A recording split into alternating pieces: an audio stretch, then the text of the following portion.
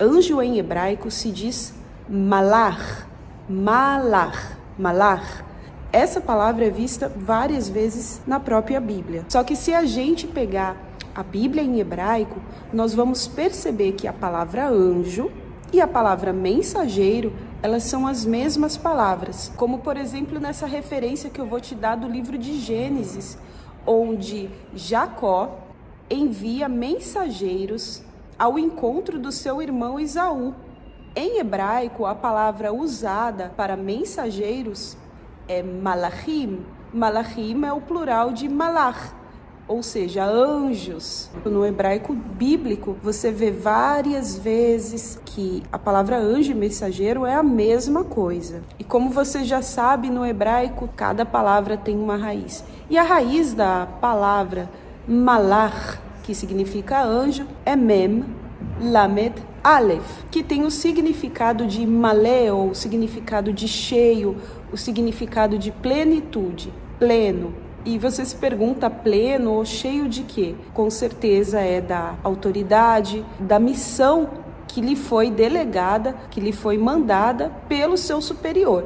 Eu estou falando de mensageiro, seja no sentido espiritual ou mensageiro no sentido físico.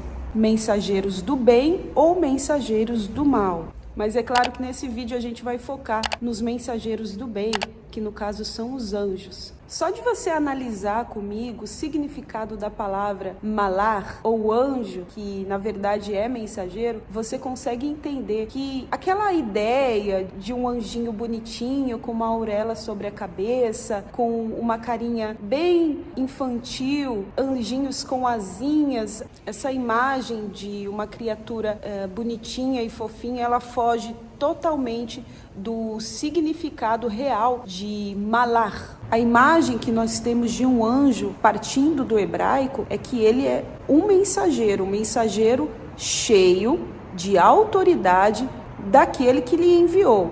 Ele vai cumprir uma missão que lhe foi dada. Já aí cai por terra aquela imagem fofinha e bonitinha daqueles seres indefesos que não têm força para fazer nada. Pelo contrário, eu quero te lembrar que no livro de Lucas, na Brit Hadashah, ou no Novo Testamento, Brit Hadashah é Novo Testamento em hebraico, tem uma situação muito curiosa de Zacarias, que é sacerdote, e um anjo apareceu para ele enquanto ele estava oferecendo incenso dentro do templo. Ele estava ali no turno dele, fazendo as suas orações, oferecendo incenso, e de repente diante dele aparece um anjo. E no livro de Lucas diz que Zacarias, ele era um bom homem, assim como a sua mulher também, eles eram justos, mas eles já eram idosos e não tinham filhos. E o anjo veio trazer a notícia que ele teria um filho. Claro que, se você acompanhar o texto sagrado, ele retrucou e não acreditou. Disse para o anjo que como isso seria possível, que ele já era idoso e que a esposa dele também já era idosa. O anjo,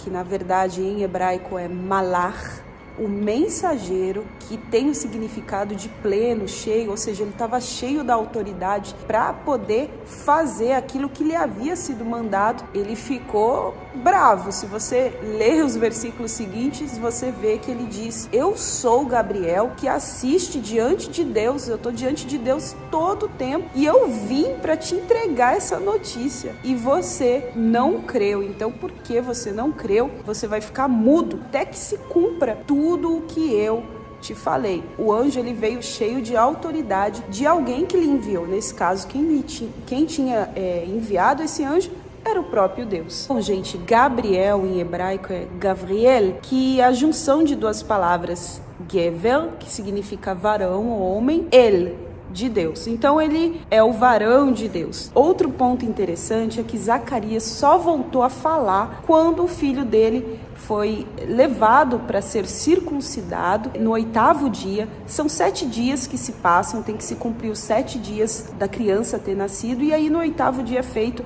a circuncisão, que é o sinal da aliança com Deus feita com Abraão. É nesse momento que Zacarias abre a boca para poder falar qual era o nome do filho dele. E o mais interessante é que esse costume, ele permanece até os dias de hoje em Israel. Os mais tradicionais e a maioria das famílias não saem divulgando por aí o nome do seu filho, principalmente dos meninos. Por exemplo, quando a mulher já está grávida, não saem falando que o nome vai ser esse ou aquele. Pelo contrário, eles só avisam oficialmente, divulgam o nome da criança no dia da circuncisão. E o engraçado é que Deus só permitiu a boca de Zacarias se abrir para ele dizer que o nome do filho dele seria João. O próprio anjo falou qual seria o nome do filho dele. Outro ponto interessante é que o anjo Gabriel, ele foi incumbido de dar essa notícia para Zacarias que ele seria agraciado com o filho. Esse era o papel do anjo, porque está ali escrito no livro de Lucas que ele veio transmitir essa mensagem para ele. Mas o anjo, cheio de autoridade, fez Zacarias se calar até o momento que se cumprissem os planos de Deus. Até Zacarias podia atrapalhar o que Deus havia determinado de acontecer. Então a boca dele só se abriu no momento exato em que ele deveria determinar, na hora da Brit Milá, na hora da circuncisão, determinar o nome do seu filho. Só lembrando que na Bíblia, na palavra de Deus, a gente nunca vê preces,